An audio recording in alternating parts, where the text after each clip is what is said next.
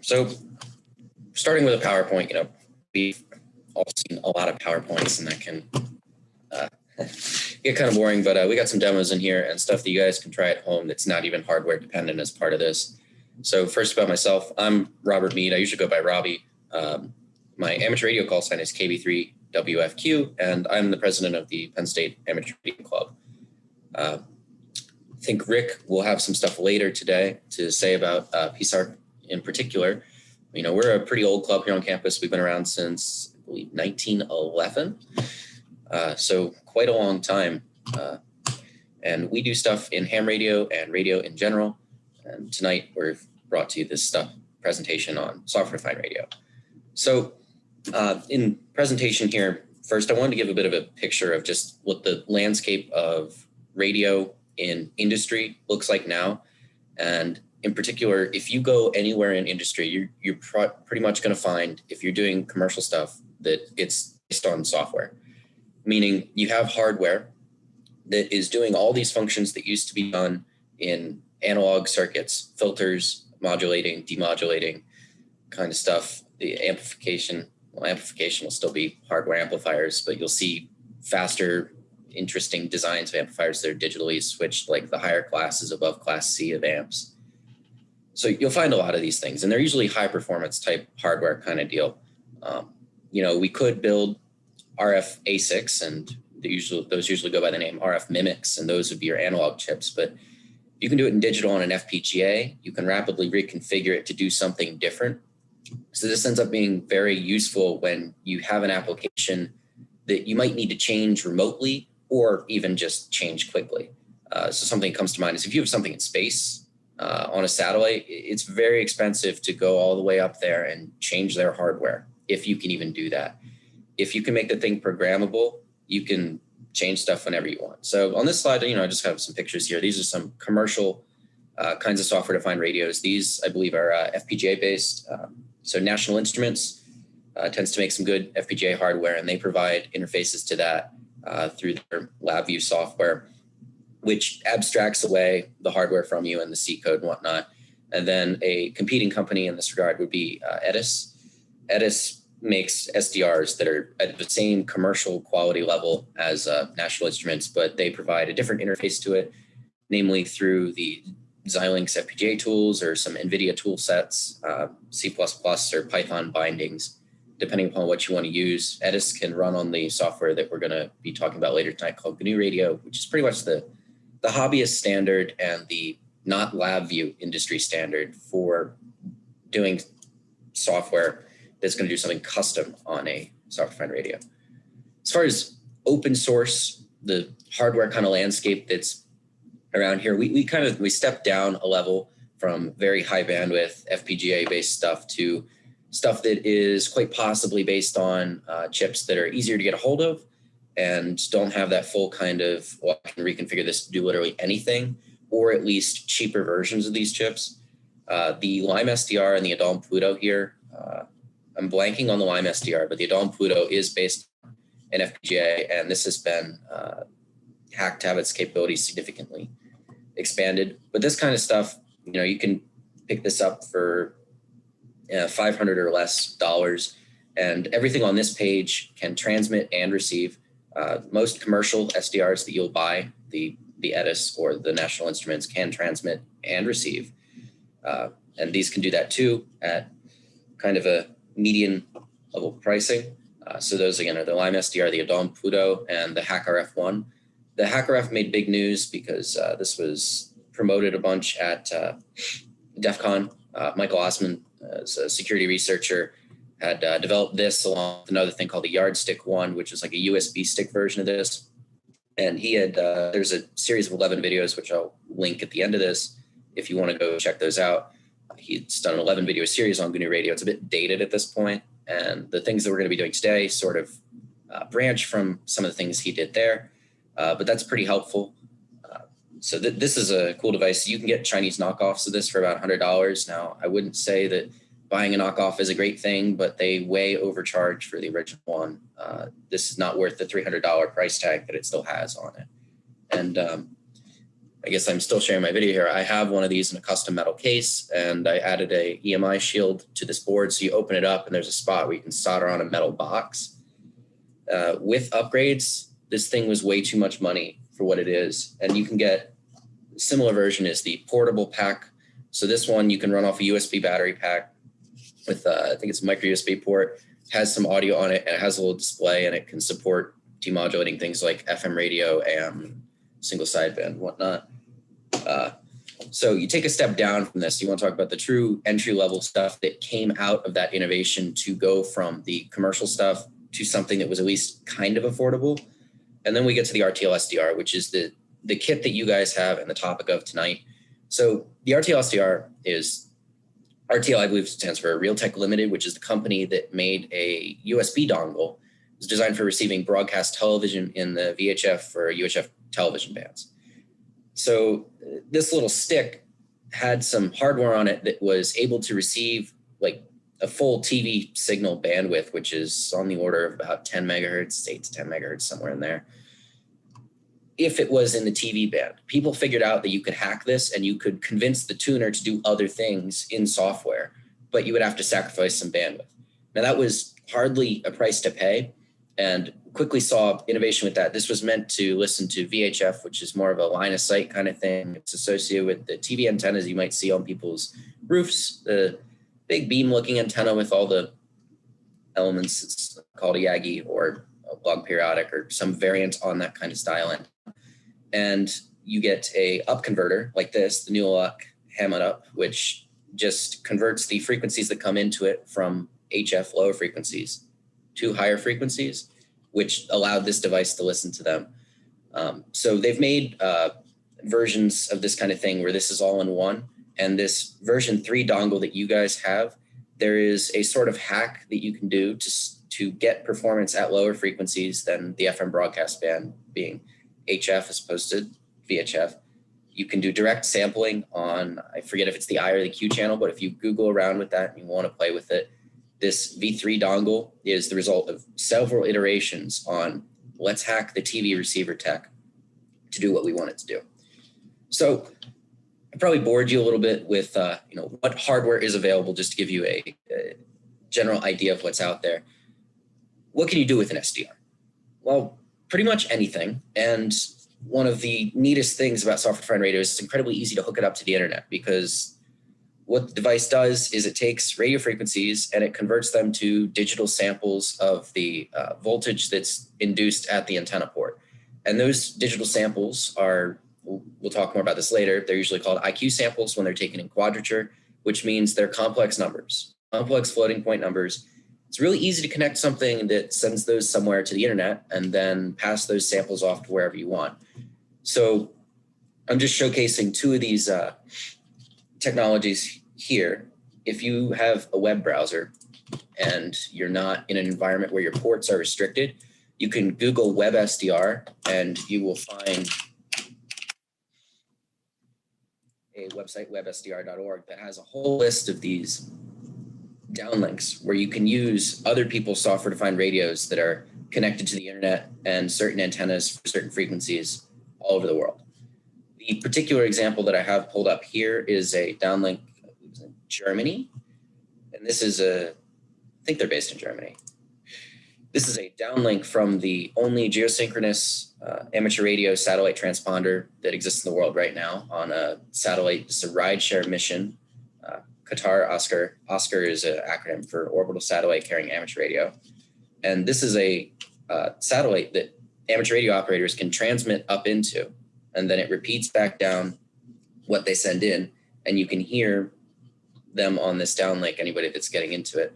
So you can talk off this satellite. So you have an almost 100% reliable link as long as you can see the satellite and the other person you're trying to talk to can see the satellite. So this can do some kind of neat things, and you could listen to anything on this just through the web, or you could pick any one of these guys here.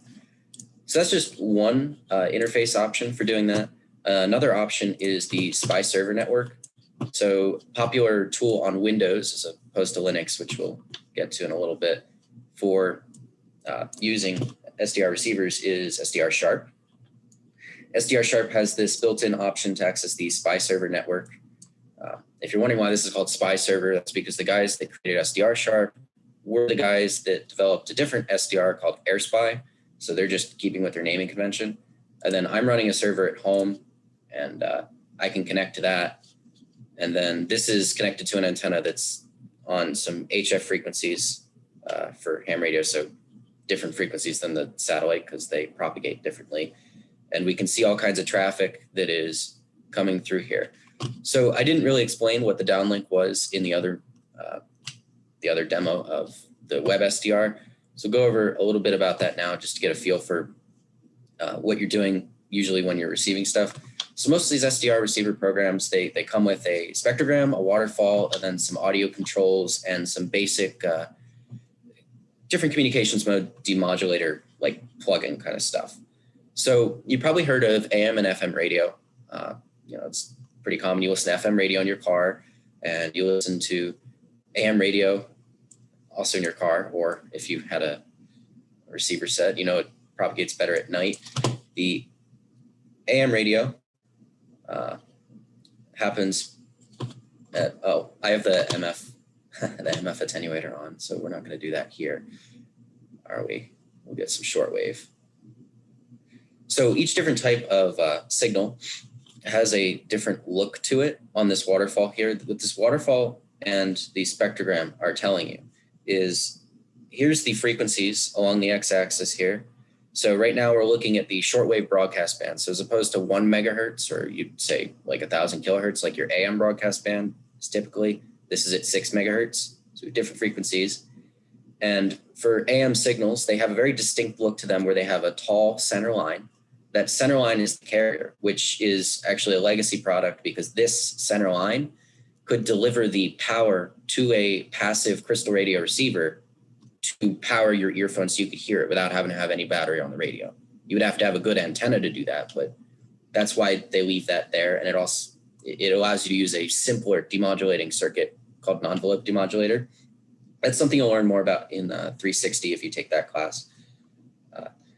And then you can also see that this is symmetric. So that carrier delivers power for the receiver and makes the circuits easier. And on the two edges is the actual information. And we can tell it's AM from this, first because the carrier, and second because it's symmetric. But it turns out that because that's symmetric, that data is redundant. So if we go and look somewhere else, you might see different types of transmissions where, as opposed to wanting simple receiver circuitry, bandwidth as an actual space on this spectrum is more of at a premium. So operators try to conserve that. So here's an example of what we call single sideband right here, where this is actually just half of an AM transmission. So we're using half the bandwidth, which makes this more power efficient, and he saves on bandwidth here. But that's the same information that would be on an AM signal. Now, Morse code doesn't need to encode information like audio on it. So you can actually just send Morse code by turning on or off the kind of carrier signal that would be associated with AM. So this is an example of what Morse code looks like, where it's just at one frequency and it goes on and off based on whether he's sending dits or das for how long that goes. And then you'll notice that there's all different types of transmissions that might not look even remotely like those kinds of basic things like AM, single sideband or whatnot. Here's this is either some coastal data link or a wideband active radar. I have yet to figure out what that actually is, but this cropped up a couple years ago, and people have been speculating on this, but we don't actually know. Some other like data link kind of stuff. Like here, this guy is just a solid wall of what looks like big block of noise. Let's find that again. Zoom in on that. I suspect this is digital radio mondial, which is a digital mode for transmitting a voice. So there's a rather advanced modulation scheme in here that's it's probably like phase modulated like QPSK, or actually if it's DRM, it's 16 QAM. There's all kinds of crazy stuff, and they all look different and they sound different. So based on what it looks like, you can figure out what something is, and then you go over here and you say, I want to listen to AM. I want to listen to upper or lower sideband, which would be, is it the lower or the upper half of an AM signal here? Or I want to listen to FM or CW or whatnot. And then you can listen to it with this program. So that's just like, how you would use this to listen to things. And you don't have to have a SPI server set up to use the SPI server network. Again, that's the cool part, is you can go and click on the 3 dots here, and then you can go pick a server pretty much anywhere in the world. So an interesting place to click might be like, let's go somewhere near Russia. That's HF plus. And then you can go, oh, that's on VHF. Oh, that makes a good point for the example anyway. So here we are tuned to 100 megahertz, and this is FM broadcast radio, 99.7 and 100.1. You notice it looks really different than AM. There's not a big peak right in the center right there. And if we were to zoom in on this, you would notice that it's not symmetric, which is in contrast to AM, which was very symmetric on this point. Now, I didn't look what antenna he was attached to, but if we can tune, I was going to show you guys 450 something. Google it. There's a bunch of creepy stuff hanging out there on HF, like Buzzer, UVB 76, which is a Russian radio station, which you guys, I'll drop this in the chat so you can listen to it. I haven't had much luck piping audio through Zoom.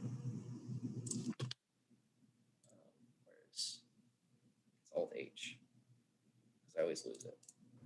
Chat. There you go. I guess Google that, and there's some audio samples on there. It's a station that sends an ominous buzzing sound. It has a very particular look to it on the waterfall because of what it's sending in single sideband. And what's that, 4625? Go to there real quick. 4, 6, 2, 5. So can we see it? Will these guys, will they let us do? Like it, they will. 4625. But let's see. Well, yeah, I'm sucking up bandwidth on the web SDR, so it may be difficult to hear me. That is possible. Okay, sound fine now? Good. All right, so now here, if we look, this is the buzzer, and we look in close. This guy has a very distinct look to it, where you can see that so for those of you that aren't familiar with single sideband, the way that this encodes information is low frequencies are towards the carrier frequency, because this is upper, that'll be towards the left, and higher frequencies are towards the right.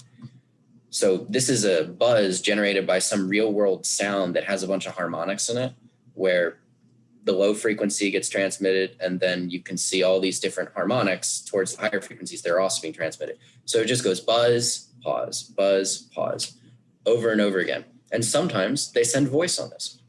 There's a couple stations like this run by the Russians, and they're really scary or whatnot. People have theorized that they're like nuclear launch dead man switches, but none of it's really been confirmed as to what they do or don't do. There's a lot of interesting things on HF. If you Google numbers stations, you can find more about that kind of stuff. The point here is that with SDR, or even without an SDR and the right software, you can listen to almost anything. So that's a high level look at stuff. I feel like I've talked a while, and maybe you guys would benefit from asking any questions if you have them. I may have glossed over some things that were obvious to me and not to others. So don't be afraid to speak up. Any questions, anyone?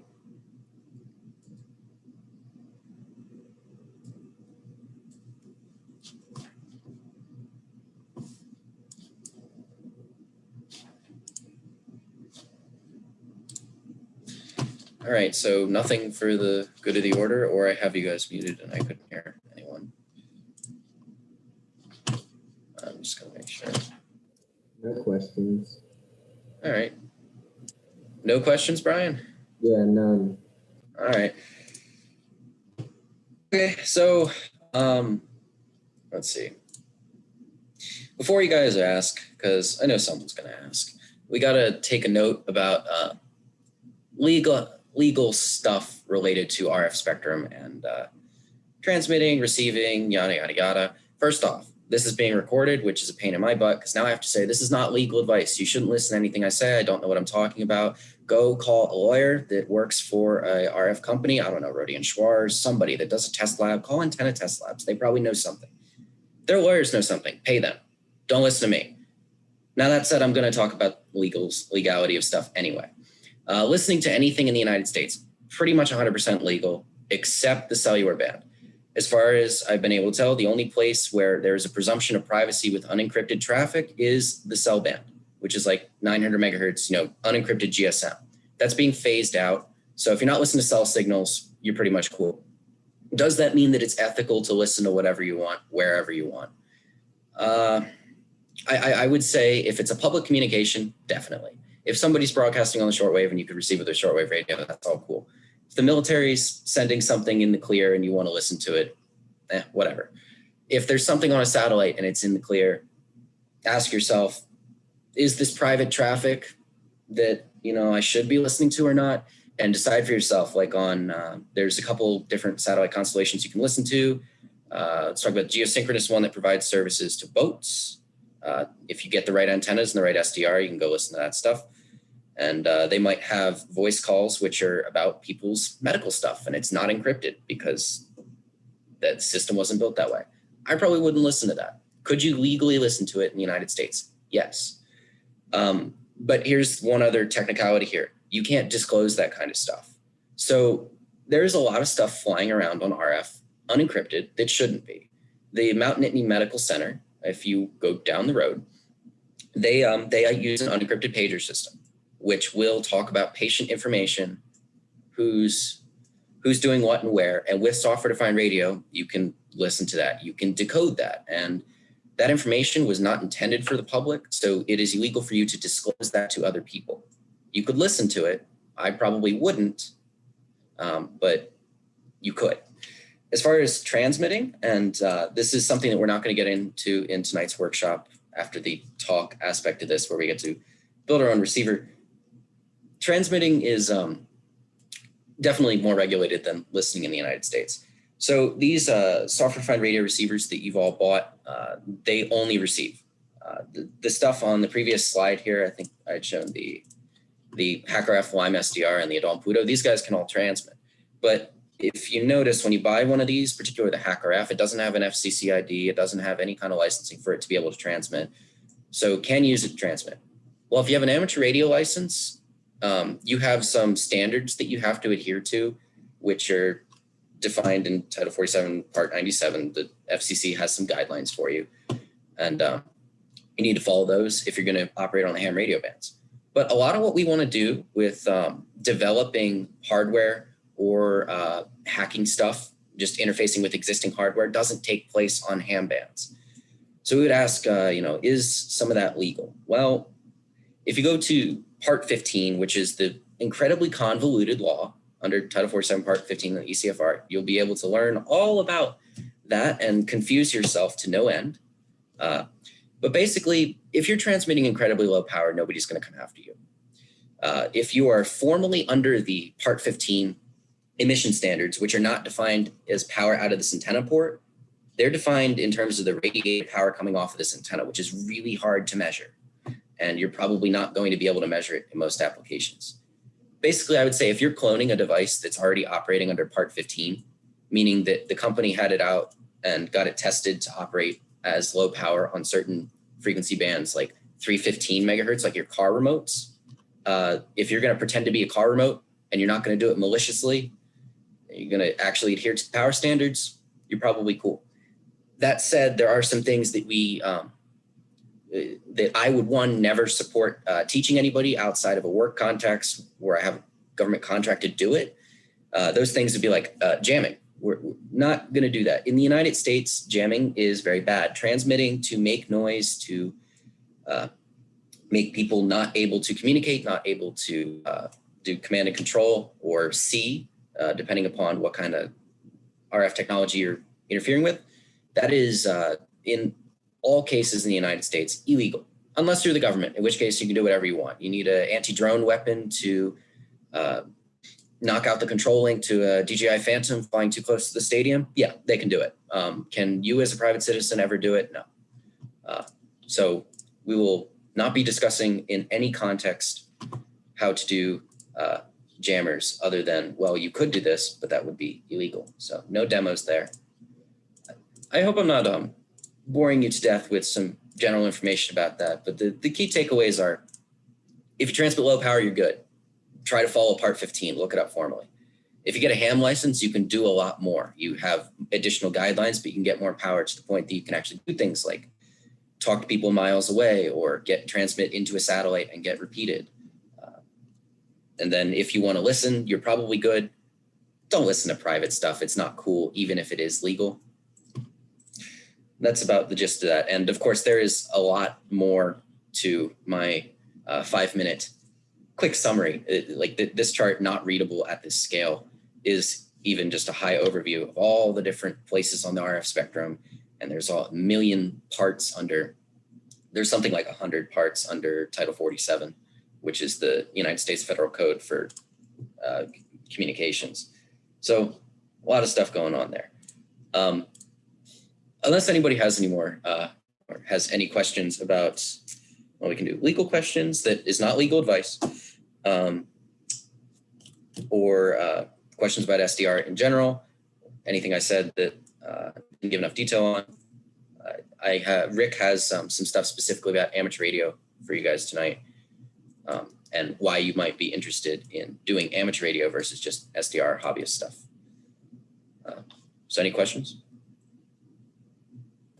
How do you know if a frequency is private or not? Do you Google it and just like figure it out like that? Yeah, so that's a good question, Brian. What I would say is it's not so much that the frequency is private as much as the communication on it could be, right? So there are different locations where certain things will be private, but what I would do in general is, so you're on your SDR, you're scrolling around and you find something. You don't know what it is. You know what it looks like. You know what it sounds like. And so then you go to this website, which I should have showcased earlier, called the Signal Identification Wiki. And now these guys have basically taken samples, not demodulated samples of these things. And for basically everything that's out there that you're going to be receiving with an SDR. There's some exceptions, like my thesis work stuff, the NextRad weather radar, there's no sample of that. And I'm sure you can find other things, but you can go through this, you know what you're looking at, and you try to find something that matches the image and the sound, and then it'll tell you a little bit about what it is and what it does. In general, since you're not, the rule in the United States is that you can't break other people's encryption. So like Wi-Fi, we all know hacking the neighbor's Wi-Fi is illegal. It's because you're decrypting their RF traffic. But if they were sending it in the clear and you wanted to listen, that it was unencrypted traffic, you'd be totally fine doing that. So this kind of stuff is just, what does it sound like otherwise? And we can, let's say you find something like automatic train control system, which sounds like, I'm not going to play that because it sounds really annoying. It's just a very wide bandwidth, like noisy kind of thing. And it looks like this. Once you know it's this, you know, okay, this is going to tell me something about, you know, trains. Is anybody's personal information, like personal calls or medical information involved in this? No. Would it really be that bad if I were to listen to automated train control system? Probably not. Probably be pretty cool. That said, should you demodulate this and share it with the world? I don't know. I'm not sure that automated train control system was really meant for the public. In comparison, you might find something else like NOAA automatic picture transmission, which comes from weather satellites on VHF from 137 to 138 megahertz. You make the right antennas, you can listen to this, and it's actually it's a fax. It sends line by line the parts of an image. So if you were to Google NOAA weather image, you get an idea of the kind of images they send here. Oh. Why did it not image search? Really? Okay, so this is a NOAA APT image. That's what that kind of looks like. So it sends down an image that looks like this in black and white. This is a software addition to the lines. and you would find that, and that's intended for the public. It's a broadcast service. So it'd probably be okay to demodulate that and share it with the world. But basically, I see no reason not to listen to something unless it's like you listen to it and you go, I really don't want to listen to that.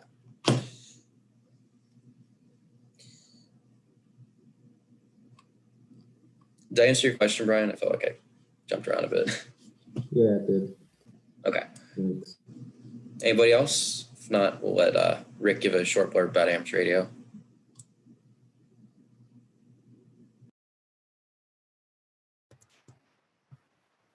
Okay, thanks, Robert, and thanks everyone for coming. So my name is Rick Gilmore. I'm K3ROG. That's my call sign. And I guess I'd like to start with a question. So how many of you have, let me just sort of start. Does anyone have their amateur radio license now? Anybody here around the group ever thought about getting a ham radio license besides Robert? Okay. How about, does anybody know an amateur radio operator? Do you know an amateur radio operator, anybody? Okay. So we are K3CR. I'll have to say that at the end. So K3CR is the call sign for the Penn State Amateur Radio Club, and that when we were operating together in some of the amateur radio bands, we would use that call sign, and we could use that for group activities and also it's a call sign for our repeaters, which are radios that sit on top of the Walker Building. We have 2 repeaters on top of the Walker Building and 1 on top of EE East that allows people with a very low power transceivers to talk to one another within a short range. So I have a very brief presentation. Oh, actually, you've disabled sharing, Robert. So can you enable that for me? And if not, that's okay. You're muted. So can I enable it? Let's see. I enabled it. Oh, Thank great. you, Richard. Okay, thanks. Yeah, this is just very brief about ham radio. So part of the reason I'm here is to support Robert and also to try to encourage you to consider getting your amateur radio license. And even more important than that, and even before that, joining the Penn State Amateur Radio Club. And I thought what I would do just briefly is give you a little bit about my background and how I got into amateur radio. So I'm not an EE. I'm actually a professor of psychology. My background is in neuroscience, and I've been interested in honestly thinking about frequency domain analyses of brain activity for a long period of time, and I do work in that area, which is sort of a natural bridge to EE. And the brain is an electromagnetic device, even if it's operating on very low frequencies. And I became the Penn State Amateur Radio Club advisor a little over a year ago. I'm also involved in a local amateur radio club, the Nittany Amateur Radio Club, and I manage our mountaintop station there, and I'm on the board. I've only been a ham for the last 3 or 4 years, and I mentioned that to you because amateur radio is something. It's a hobby that people can get involved in at any point in time in their lives. But I have to tell you, I wish I'd gotten started earlier because I think there's more that I might have done. All right. So what is ham radio about? Well, there are lots of things you can do with your ham radio license. Robert has talked to you about how you can use amateur radio, or you can use equipment.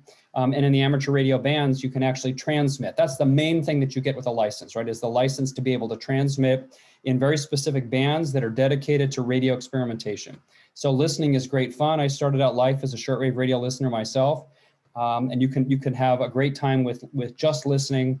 But if you actually want to engage in transmissions of a power level that lets you communicate over longer distances, you need to be licensed for that.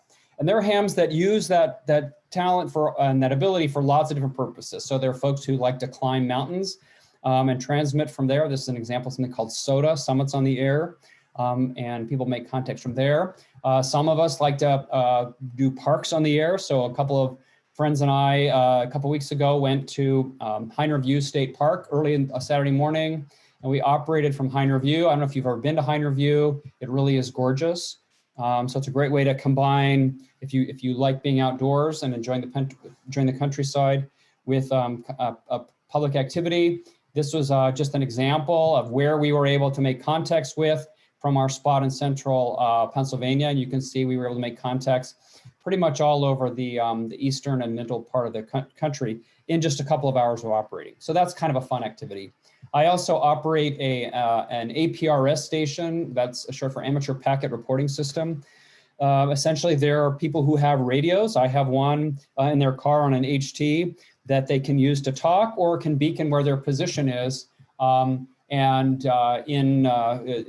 GPS coordinates. And so there are lots of things that are available on GPS, including the International Space Station as an APRS transmitter. So you can sort of track where the International Space Station is. Anyway, so I have a local system at home for doing that. Hams often get involved in doing emergency or event communications. So there's a bicycle race, mountain bike race in the mountains south of State College over the summer. It's called the Wilderness 101.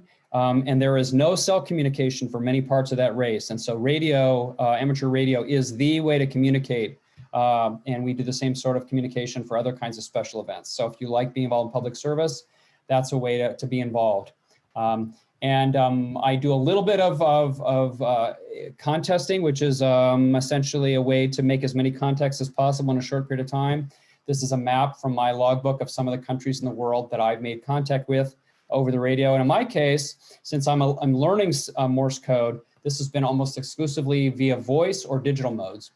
An area that I'm excited about, but I haven't done anything yet but I'm excited about is taking advantage. Hams have privileges in the same bands, microwave bands that standard Wi-Fi transceivers operate in, except for we can operate at higher power.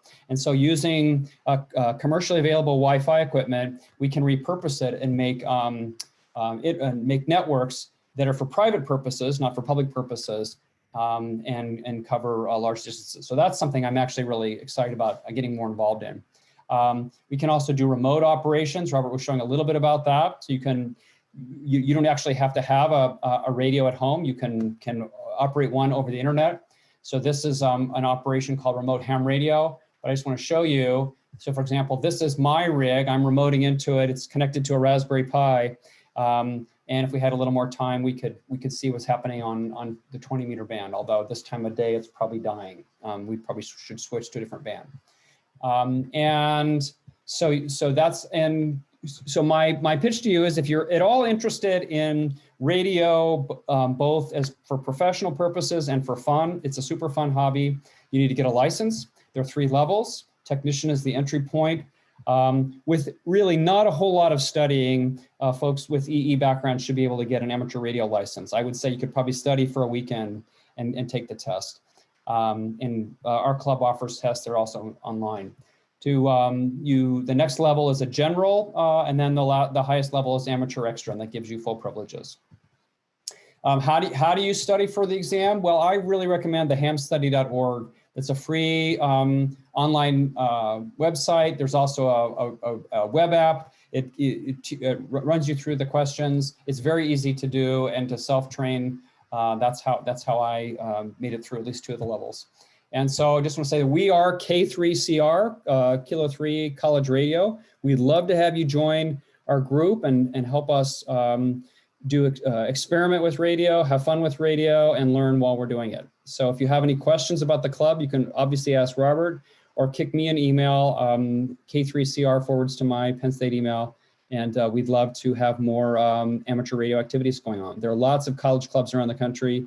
Ours is one of the oldest in the country, and we'd like to have you part of it. So I'm happy to answer any questions if you have any. Oh, by the way, that's a plaque from our radio station in the penthouse of the Wagner building.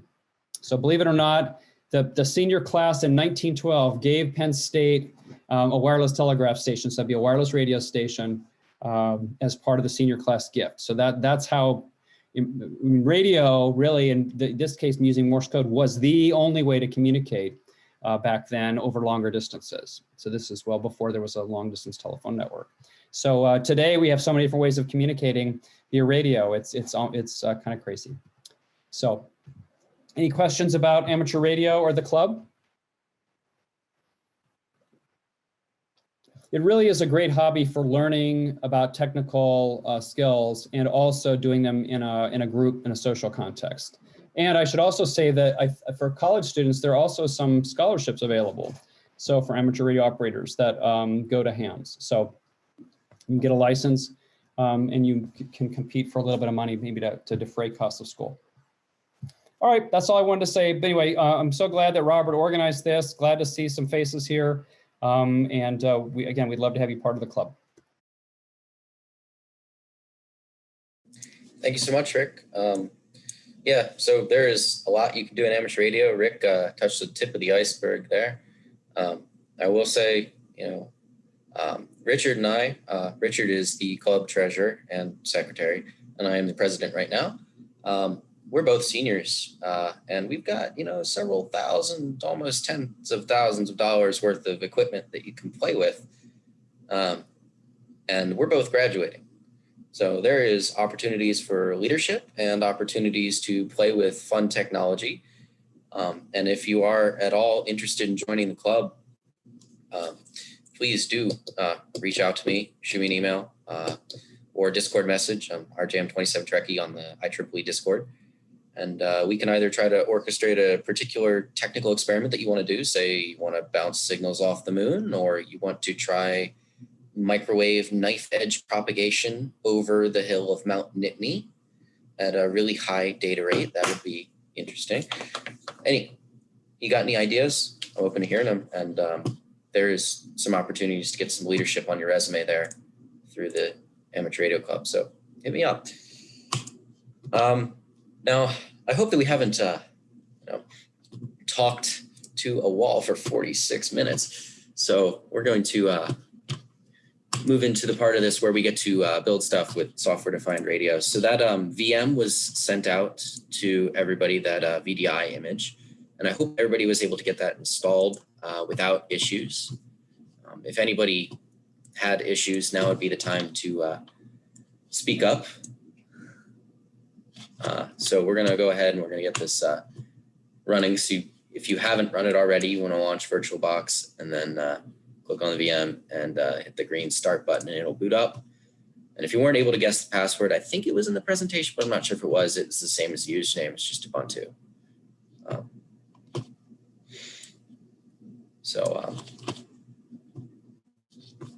right. Is everybody able to get logged in here? Nobody's having any trouble?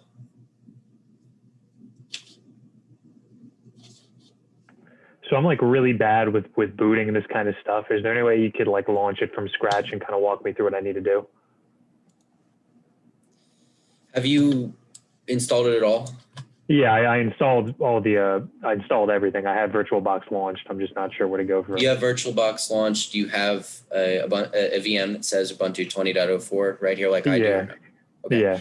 So then the only thing to do to start this is just click on it and there'll be a green arrow that says start. Gotcha. Just click it. Okay, awesome. Thank you. It should all be set up for you. So we'll give it like a minute or two here. And if anybody else is having trouble or is not able to get to the point, you should get to a mini screen and it should say Ubuntu, and then you click on it and put in the password. You should be able to get into here with our nice, well, as far as this is concerned, this is a Nittany lion to me, but they tell me a panther and a Nittany lion aren't that different. I tell them they must be wrong.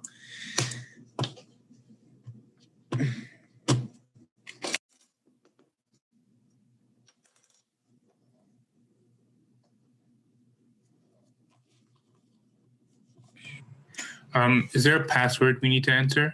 Yeah, it's the same as the username. UBUNTU. Oh, okay. All right, thanks. Apologies if that wasn't in the PowerPoint. That probably should have been.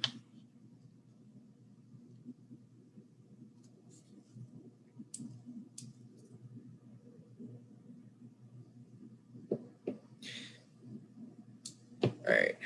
Has everybody gotten to here yet? Or are we still... Okay, if there's no objections, we'll move on with this a little bit. So the reason we went with the VM is because all the drivers and stuff are in here. If you followed the instructions, you should have installed the additions pack for this, and you should be running at USB 3 speed so you can actually get away with this. If you go up here on the top bar, there's an option for devices. You click devices and you go down to USB. And now in your USB information, you should have one option here that says RTL SDR. I have 4 because I don't have an RTL SDR right now. I have a Kerberos SDR, which is 4 RTL SDRs in one box. And with this and GNU Radio or some other software, you can do some really cool processing with like making a radar that doesn't require transmitting at all. So you can use passive radar to see moving objects like cars or planes just based on signals of opportunity that are around you. Or you can use this with many antennas to direction find signals without having to point a directional antenna.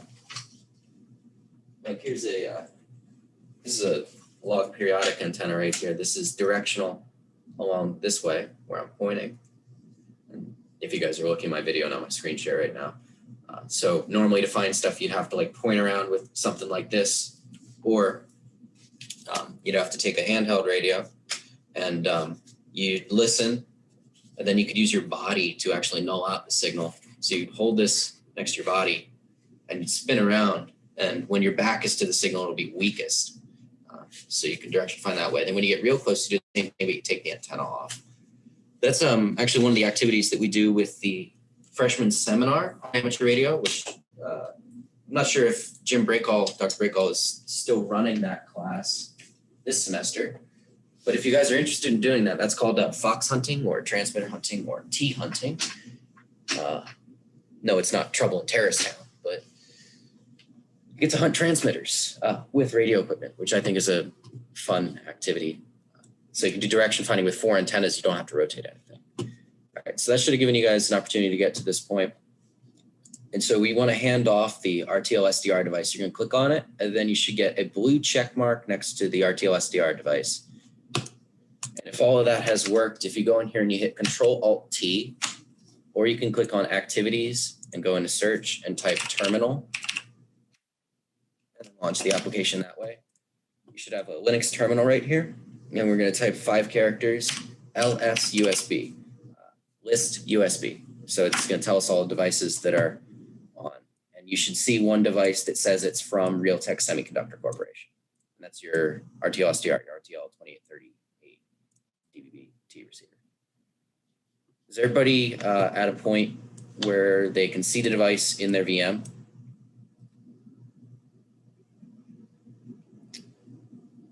I'm gonna be honest with you, Rob. I didn't even download the stuff until you brought it up just now.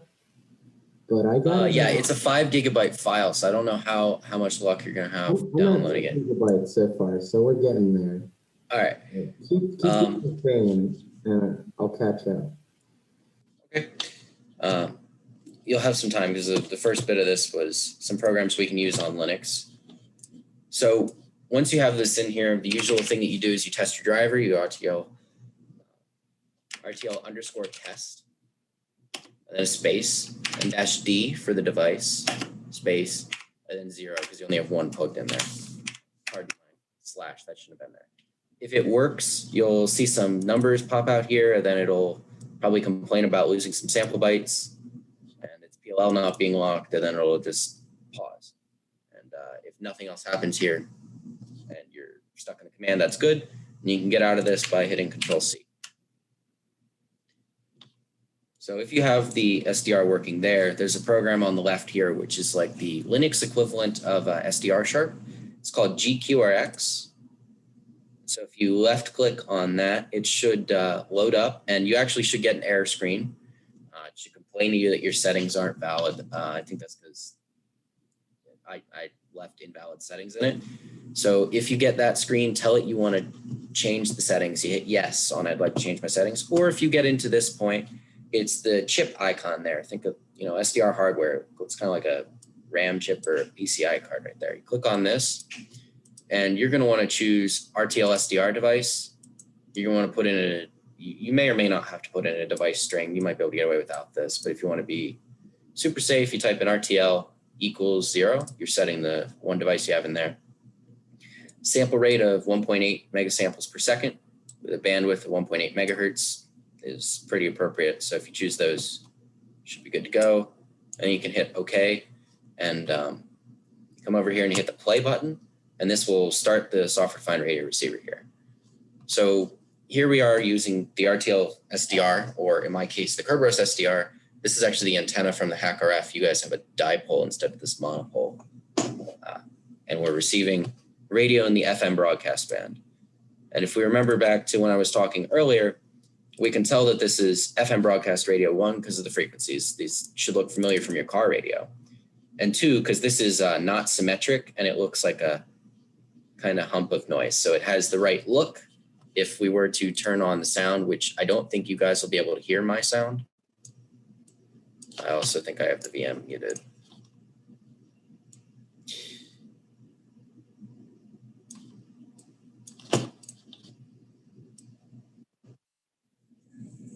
Yeah, there you go. So if you turn on the sound, you'll be able to hear whatever radio station you're trying to listen to,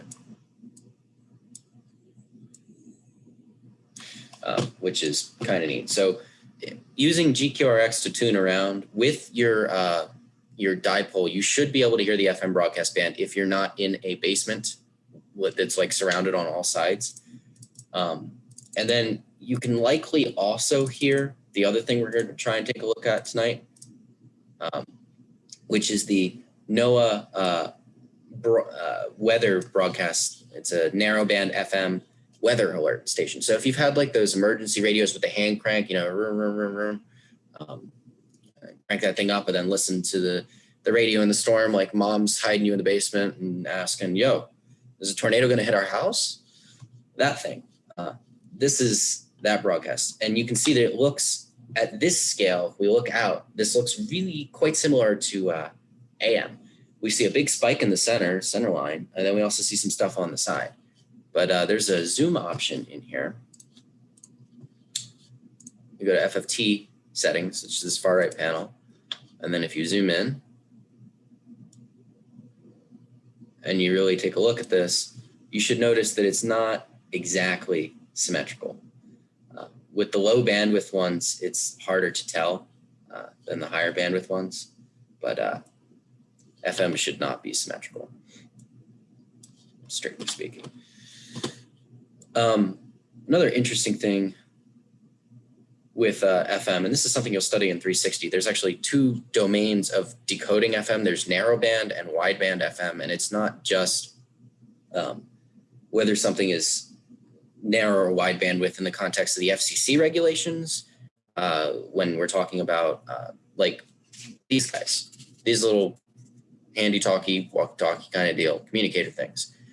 In ham radio, we are very privileged. We don't have bandwidth limits. We get to use wideband FM at 25 kilohertz, which is way more reliable than narrowband FM, which is what a lot of people get licenses for. So like the Penn State housing people and the OPP guys, the radios they carry around, they have allocated stuff from the FCC, and the radio has a special license so that the radio is allowed to operate on those frequencies, which is, again, different to ham radio. Instead of licensing the radio and ham radio, we license the individual.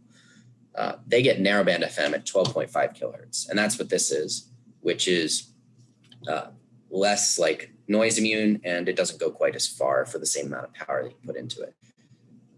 So there's different regimes of FM demodulation, being extremely wideband, kind of wideband, and narrowband. And in 360, we talk about those regimes and the different types of things you would use to demodulate them. In the GNU radio thing we're going to write, we're going to use blocks that do that for us, and we're not going to have to dig into the math, but it's interesting to know that those 2 things are out there. So I've talked for another 5 minutes or so, trying to buy you guys time to get into the VM. If you were all able to get into the VM, and maybe password. I'm sorry. Ubuntu. Oh, UBUNTU. It's the same as the username.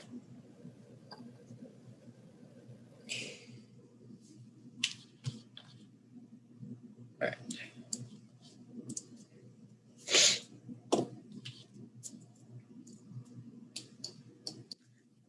Most people okay to move on here, or I know Brian's still getting in. One thing you should do if you're using GQRX, make sure you stop playing before you start messing with GNU Radio. Otherwise, they get mad because you can only use one application with the SDR at a time. Joke's on you. I have multiple SDRs, Richard.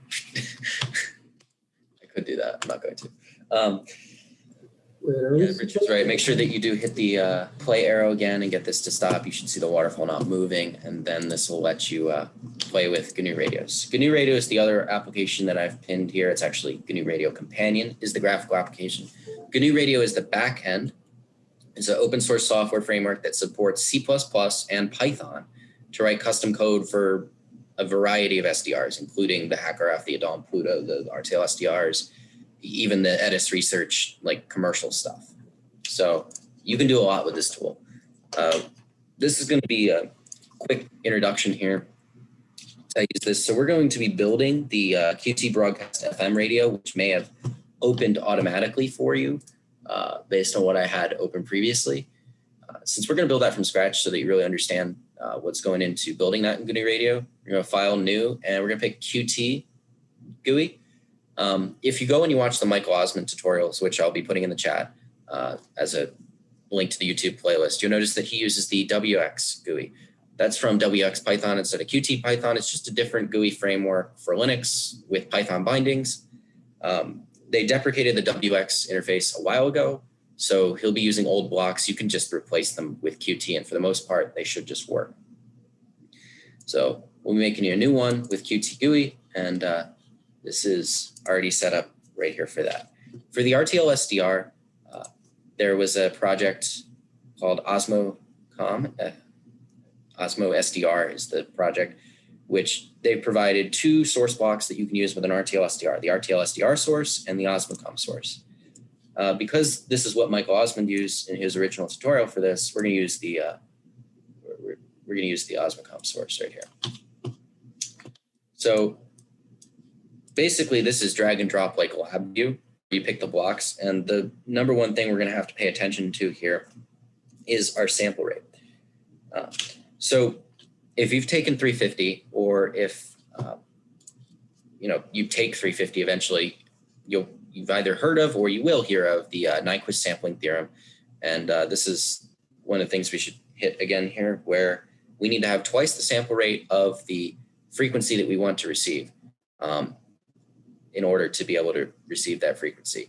You're gonna be noticing two problems with that.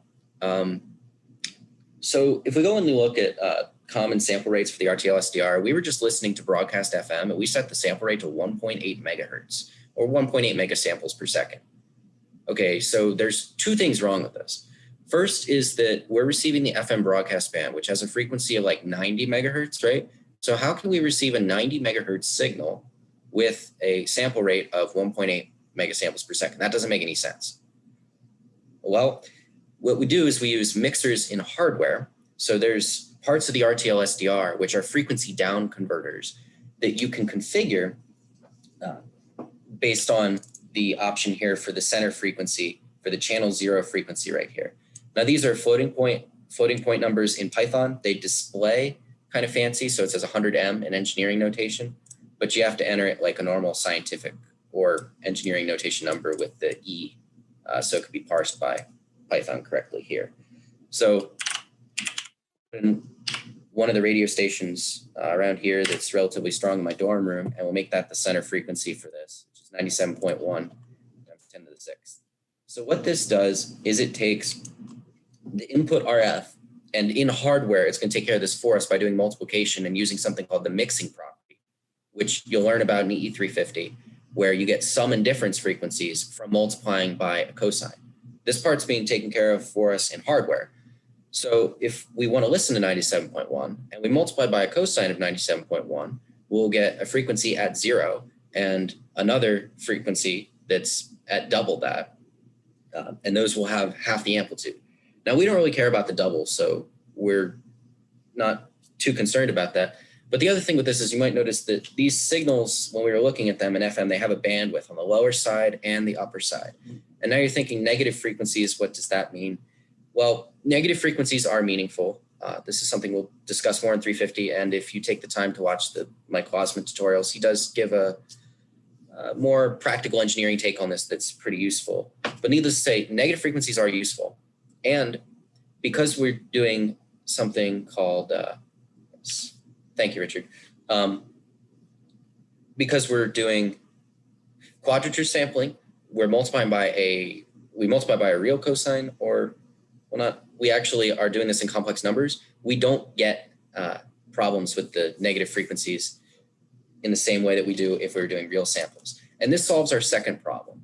In GQRX, when we had set the sample rate to 1.8 megasamples per second, we had a bandwidth of 1.8 megahertz after we had converted the frequencies with our hardware mixer to be looking at what we're looking at here. Because we're doing quadrature sampling, which means that we're actually sampling at twice the number of samples that we tell it we are, and we're converting those to vectors, to complex numbers, because they're 90 degrees out of phase instead of 180. So if I want a 1.8 megahertz bandwidth, I could sample at 3.6 megahertz, and I could do real value samples. So I could just get the amplitude, and I would have a string of real numbers, and that would satisfy Nyquist, no problem. But because of mixing properties being a little bit easier, if we sample 90 degrees apart, we just say we're at 1.8 megasamples per second, and we get complex numbers at 1.8 megasamples per second. And then we get a bandwidth, which is the full bandwidth, because we basically doubled our samples anyhow. So now that Nyquist is not rolling in his grave, and we've set a center frequency in the hardware there, we have to set some other stuff up for this Osmocom source, namely the sample rate. So we're mixing down, so 97.1 is going to be 0. And we have a variable here. This is another block that you can go and get in GNU Radio. And by the way, you can hit Control F here, which is really useful. And then you can find what you're looking for and say we want a variable, drag and drop. And we'll define this to something sane, like 1 megasample per second. Now, GNU Radio runs a little bit slow in these VMs, so sometimes the audio and the samples can be a bit choppy. So the RTL SDR can go pretty much up to 2 megasamples a second without distortion, and it should work fine, except in the GNU Radio, in a VM, lower is better if you can get away with it.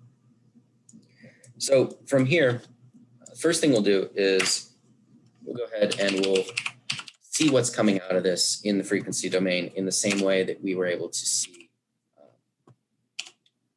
in GQRX. So if we go in here and we search for the Qt GUI frequency sync, this is going to do a fast Fourier transform, which is something you will hear a lot about in the EE curriculum. And it's just going to convert these samples, these complex numbers, into a representation in frequency space. But remember, we're mixing down so that 97.1 is equal to 0. So when I ask myself, how did I end up with? Well, this keyboard malfunctions a bit sometimes. There we go. Oh, yes, you guys have to put in a title when you create this. You can't leave default. You can put in anything you want. Put in core.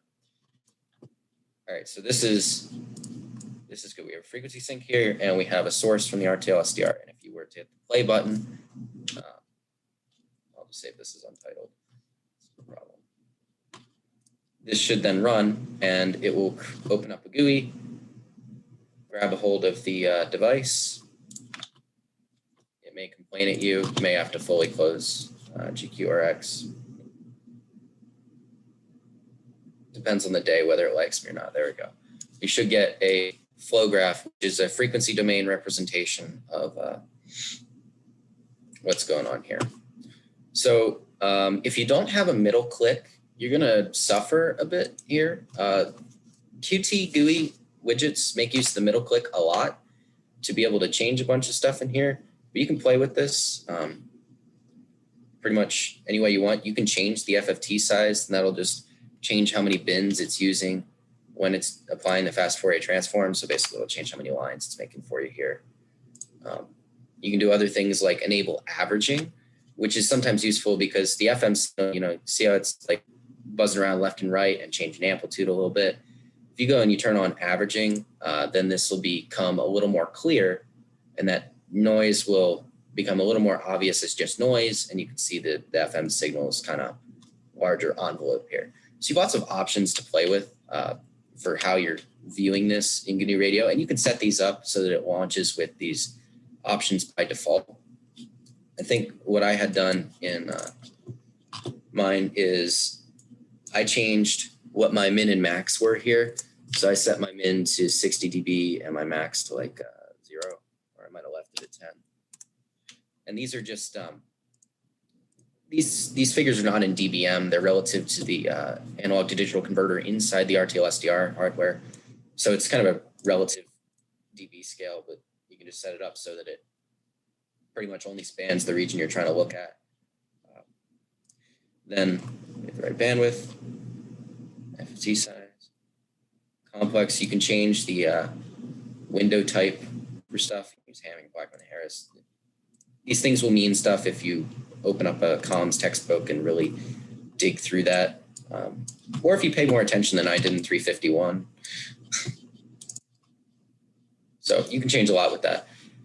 All right, so with that block, that allows us to see stuff, but we might also want to change what frequency we're listening to. So in order to do that, we need to set the frequency that the RTL SDR is going to tune to be a variable here. But we don't want this to just be a fixed value variable, and that's something you'll find out quite quickly is GNU Radio doesn't seem to like you. It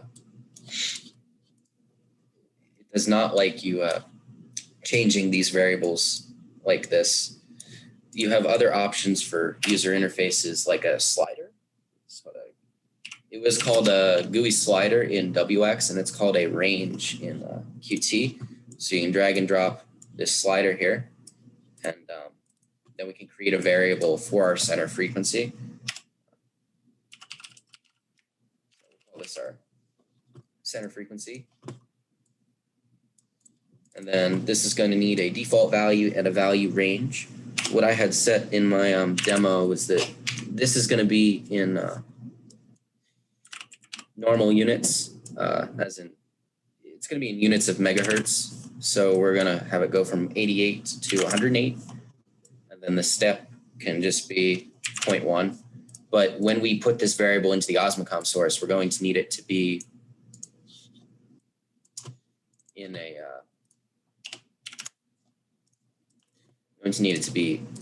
in ones, single hertz. So we're going to have to multiply it by 10 to the 6th. So then you can just come in here, and these boxes are full Python. You could write any valid Python formula that you wanted in this box to compute a value here. So we're going to write that this is center frequency, and then we're going to multiply it by the conversion factor to get to hertz from megahertz. And now we'll be able to tune our center frequency with this slider right here if we run this again. Also, we should probably fix the sample rate because I never actually set that variable. All right. So now if you run a flow graph that's just about this, you should have a FFT. And I changed the range on this, so actually I can't see my signal with the gain settings that I have on here. I think that's actually because we have the RF gain almost all the way down here. 22 is a more reasonable figure. So if you want to go into the Osmocom source and change this, this is just a preamplifier. Go ahead and change that. And then hopefully that looks a little better.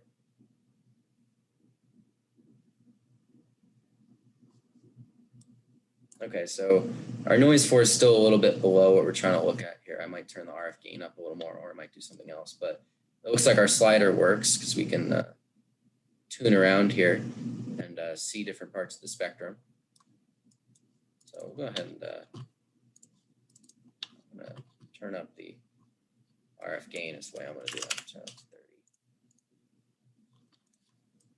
Then the other thing I like the low averaging on. You can set that however you'd like. And for stuff we're gonna do later, it's gonna be relevant, these GUI hints, which are a way to tell Qt where you want it to put the different widgets on here. This is from my cheat sheet on this, and if you go into the other file, you can pull it out of here.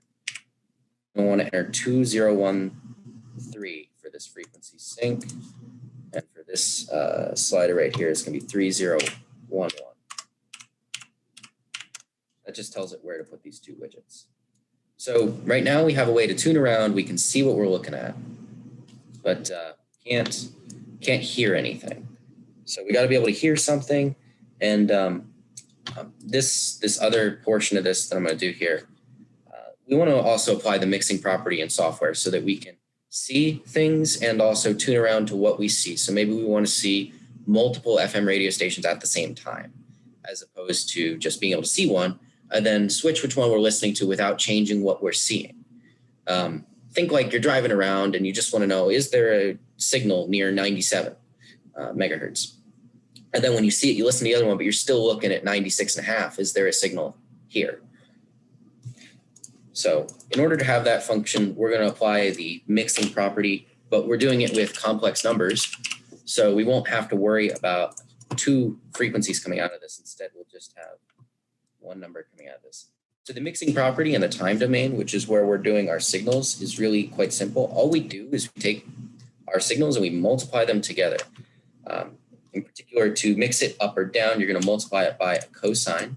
So from our source, and this is a data stream of floating point complex numbers, you just put that to one of the inputs of the multiply block, which you can find on the right with the Control F, or under core math operators multiply. And then we're going to need to feed this with a cosine. Now, GUI radio is really nice to us, and they give us an easy way to make cosines. So if you search for signal, you see under core waveform generator signal source, we have a really easy way to make cosine, or they give us a bunch of different options. We can do a constant, so just be DC, square, triangle, sawtooth.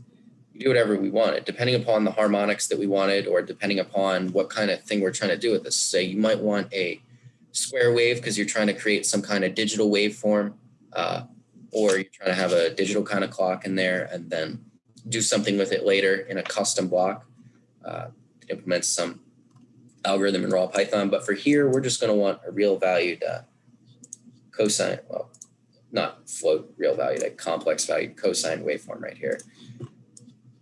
And the rate of this complex number here is going to be the sample rate of this guy, because we need it to have the same sample rate as our other input data so that we can multiply them sample by sample, and it actually lines up with the cosine that we're multiplying by. And that will shift it up or down the same way that we did in hardware, except we're going to do it within the viewfinder that we currently have on the screen. So if we hit OK there with amplitude of 1, that'll be, we want to set this frequency to a offset variable. So we're going to create a variable here, which is called channel underscore offset. And this will just be the difference in megahertz between where we're looking at in the center of our viewfinder and where we're listening to, which will be the center of a second viewfinder that we can add to this in a second, just so we can see what's going on.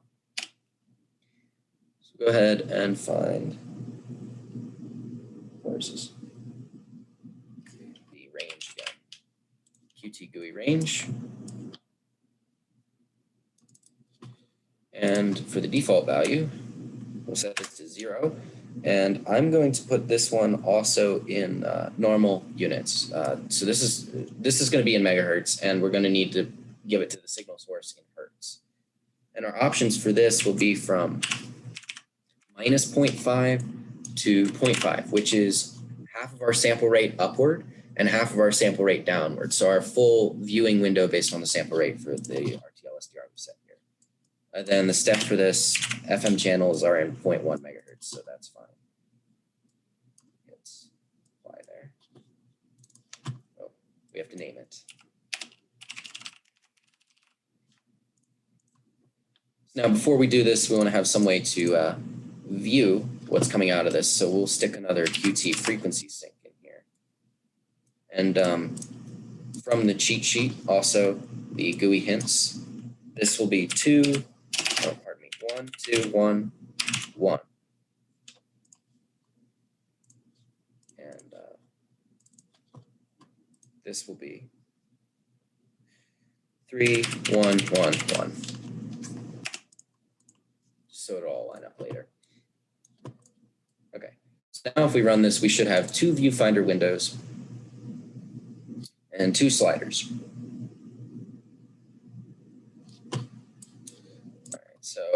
because I put the hints in there, this is looking like the full version, but it's missing elements because we haven't added them yet. But so what's happening here is, here we have the channel offset version of this, which isn't working because we didn't put channel offset into the thing correctly. There, I put it in hertz, so we're making a 1, 2, 3, 4, 0.5 hertz offset, and we want to be making this channel offset times 1 times 10 to the 6th right there. So now we're in hertz is the unit we're giving to the signal source. We'll hit the red, no, not that. The red block stops it. Oh, let's toggle visibility. Black square, and then the red arrow.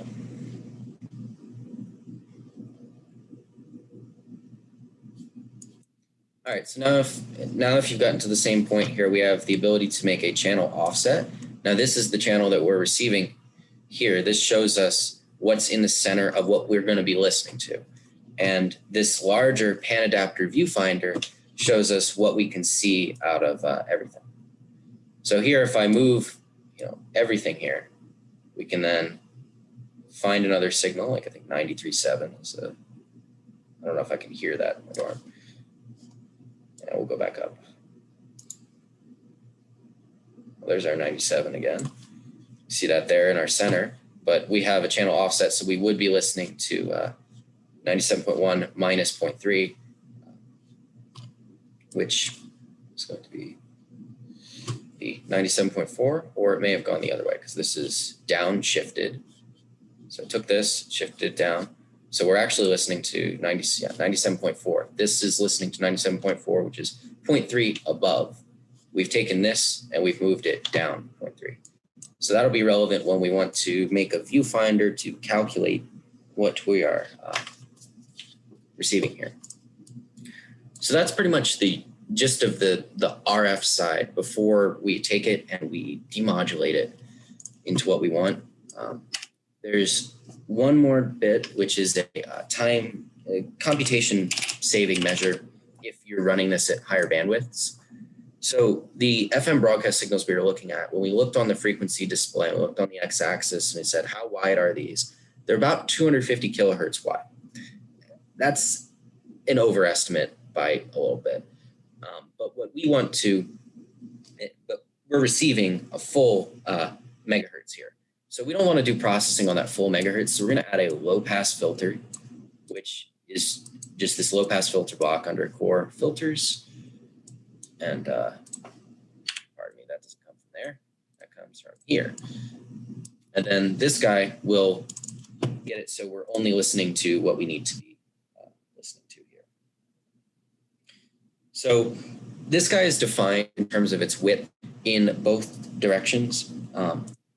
So the cutoff frequency, which is where it's going to start to attenuate the bandwidth of the signal that's coming in, we're going to want to be half of the total bandwidth of our signal minus a little bit of not so useful bandwidth. Because 250 kilohertz fits the whole thing, we set our cutoff frequency to 100 kilohertz, which means that we're actually taking a 200 kilohertz chunk out of the center of the screen. And we're going to start attenuating after that point, which pretty much covers the whole thing. And then by 250 kilohertz, we want it to be over, pretty much completely attenuated. So we'll set that to 25 E3, 25 kilohertz. And then that will be a filter for what we want. We also want to decrease the sample rate here so that the output of this is 250.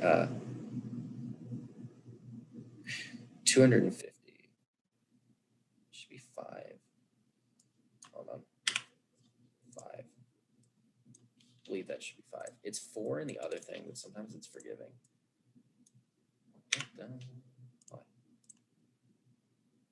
Okay. So we're also going to decrease the sample rate here because we don't need the high sample rate coming out of this anymore while we're doing the low pass filter. So what comes out of this is about 250 kilohertz worth of bandwidth, which means in quadrature sampling, we only need 250 kilohertz to represent that.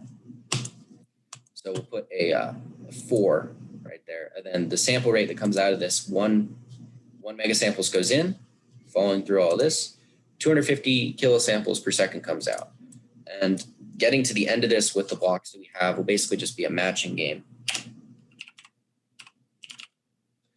So we're actually going to want to change the sample rate, but we're not going to want to change the sample rate from here by an integer number. We're going to want to change it by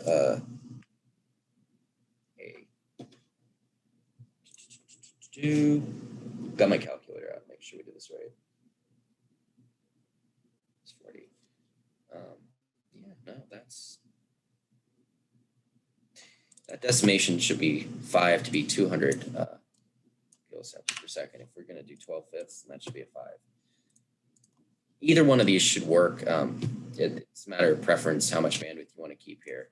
We'll set this at 5, and then if it sounds choppy, we can change it later. So I'll put a rational resample in here. And we're going to change this to a sample rate that can be used by the built-in block for wideband FM receiving that GNU Radio gives us, which is wideband FM receive. Drop this in, and this has a quadrature rate and an audio decimation rate. 480 kilohertz is just a typical value that you use here. There's a lot that goes on the inside of this block. It's probably outside the scope of what we're doing today to discuss FM, how it's modulated and how you demodulate it. But you could dig into the source code for this, or you could write a Python block that does this yourself if you wanted to. And the reason we're choosing 480 kilohertz is because that's easy enough to decimate by 10. And then that should look familiar, 48 kilohertz sample rate, which I don't have a multiple concept. Don't do that. Which is a common audio sample rate. So then we have sources in GNU Radio, but we also have sinks, particularly the audio sink. So if we go from the output of this rational resampler to the audio sink, and we get this ratio right here, so that we have, wait, what happened to my, didn't I drop the prompt? There we go. Receive. Set this kilohertz. So we feed this wideband FM receive, and then we feed the audio sync, which is trying to use the sample rate variable, which is not defined and not something we want. We want to do standard 48 kilohertz. Now you might notice these are orange and these are blue. That's because most audio cards, they don't do quadrature sampling to play audio to, they do direct sampling. So this is a floating point number shown by the orange here, and this is a complex number, a floating point number for a real and imaginary part. And so this block also converts for you, and its output is a float. You have to make sure that the types match. If they don't, you can run into problems. Like, for example, if we set this to a complex float to complex rational resampler, this will be unhappy because we're trying to put a floating point complex number into a normal real valued floating point number. So you gotta make sure those match, and then you're making the sample rates match. All right, so with this right here, we should be able to listen to FM, and we should be able to see what we're tuning to, and then separately tune to something within our viewfinder. I'm gonna change this RF gain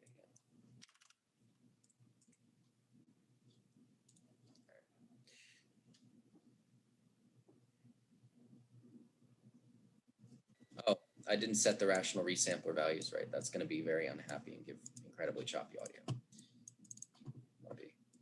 So we're going from 200 kilohertz, which is what comes out of the, I forgot, it doesn't let you drag this around. It takes the back with it. That's GNOME for you. This is 200 kilohertz that comes out of here, and we want to get to 480. So that's going to be times 12/5. So we're going to interpolate by 12, and we're going to decimate by 5. So it's going to do like a linear interpolation between samples. For 12 points in between the samples, and then it's going to just get rid of samples, dividing by 5, dropping every 5th, only keeping one sample at 5. Now if we run this,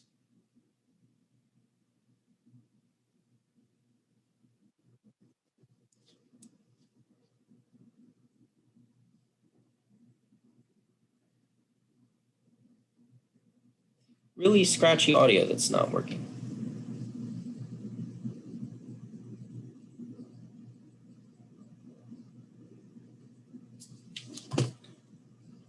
Okay, so generally when you get scratchy audio like that, it means that your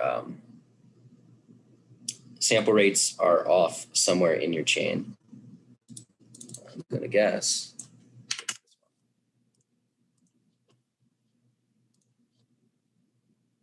See if that fixes it. Why is it 12 fix? And also it should probably be choppy at first as the USB kind of access opens up. The VM has some lag time getting that initialized to the SDR through all the overhead. So it may be unhappy. Your CPU may have to work overtime, and that can be a bit of a problem here.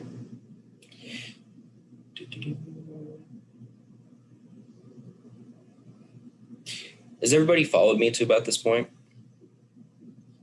We all jumping off a cliff together?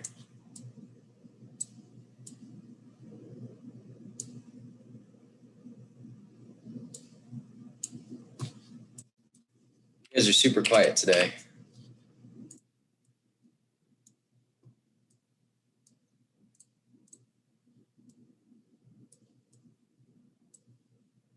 Brian, you're still muted.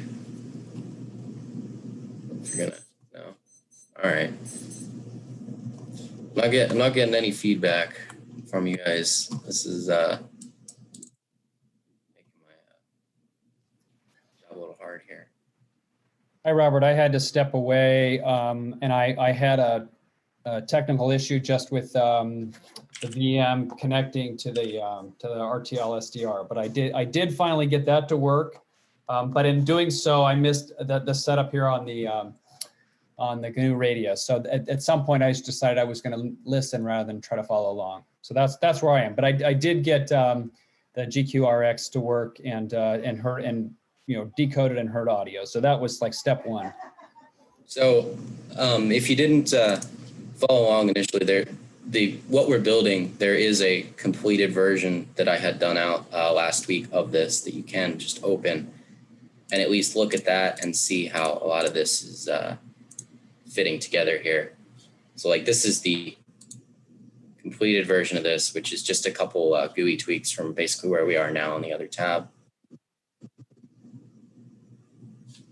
And I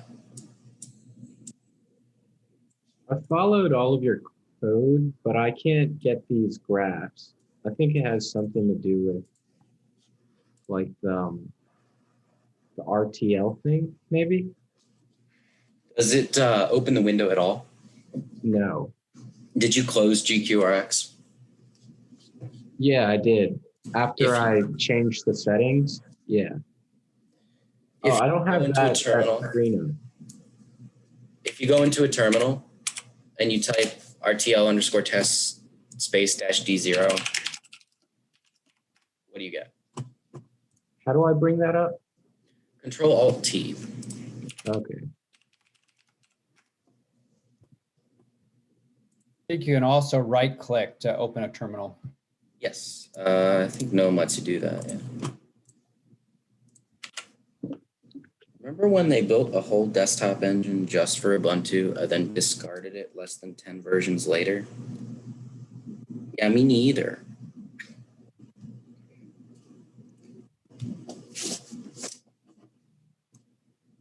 Anybody else? Saw Ethan joined us at some point here.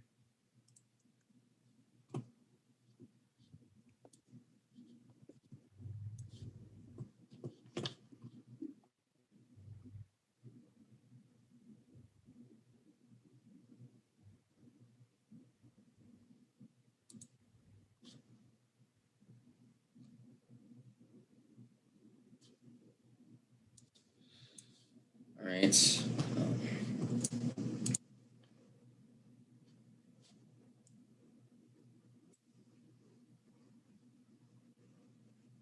When I typed in the RTL test thing, it said there are no supported devices found. If you go up here and you click devices, USB. You hover. Do you have a blue check mark next to an RTL SDR device? Yeah, I don't have those extra stuff. I have like my other USB. You haven't installed the, it's quite possible you haven't installed the additions, Oh, okay.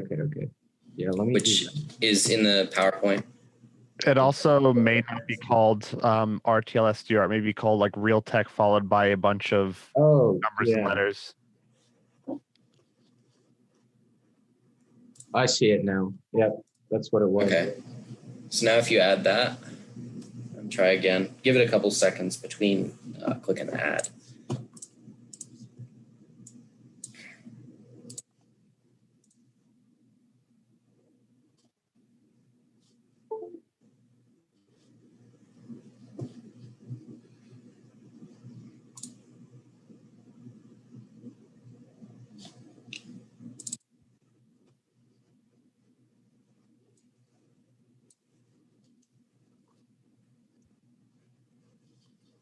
So Robert, I'm going to have to run, but I really want to thank you for pulling this together. And Richard, I guess it's good to meet you. I didn't know you. I heard that you're the new treasurer. We should probably talk. It was nice meeting you too. Yeah. Anyway, I think this is really cool. I've heard about GNU Radio, and I had a conceptual idea of what you could do with it, but this is sort of a really cool, powerful tool, and something I may actually now decide not to bring an actual radio tomorrow. We're going to State Park tomorrow. I thought I might do a Parks on the Air, but maybe I'll just bring a computer and my SDR and just and play. But anyway, so I look forward to the future meetings like this. I'm looking forward to meeting others. All right. So good night. Thanks, everybody. Thanks, Eric. Rick. So what should I do after this? After I put in that RTL test? So when you did that, did you get a result where it's like frozen like this? And it's still blinking? Yeah, I have that. Awesome. So that's what you need. If you have that, then your stuff should work. You'll have to press Control-C to quit out of that. In the terminal, if you press Control-C to quit out of that, so it releases the device so GNU Radio can use it. Okay.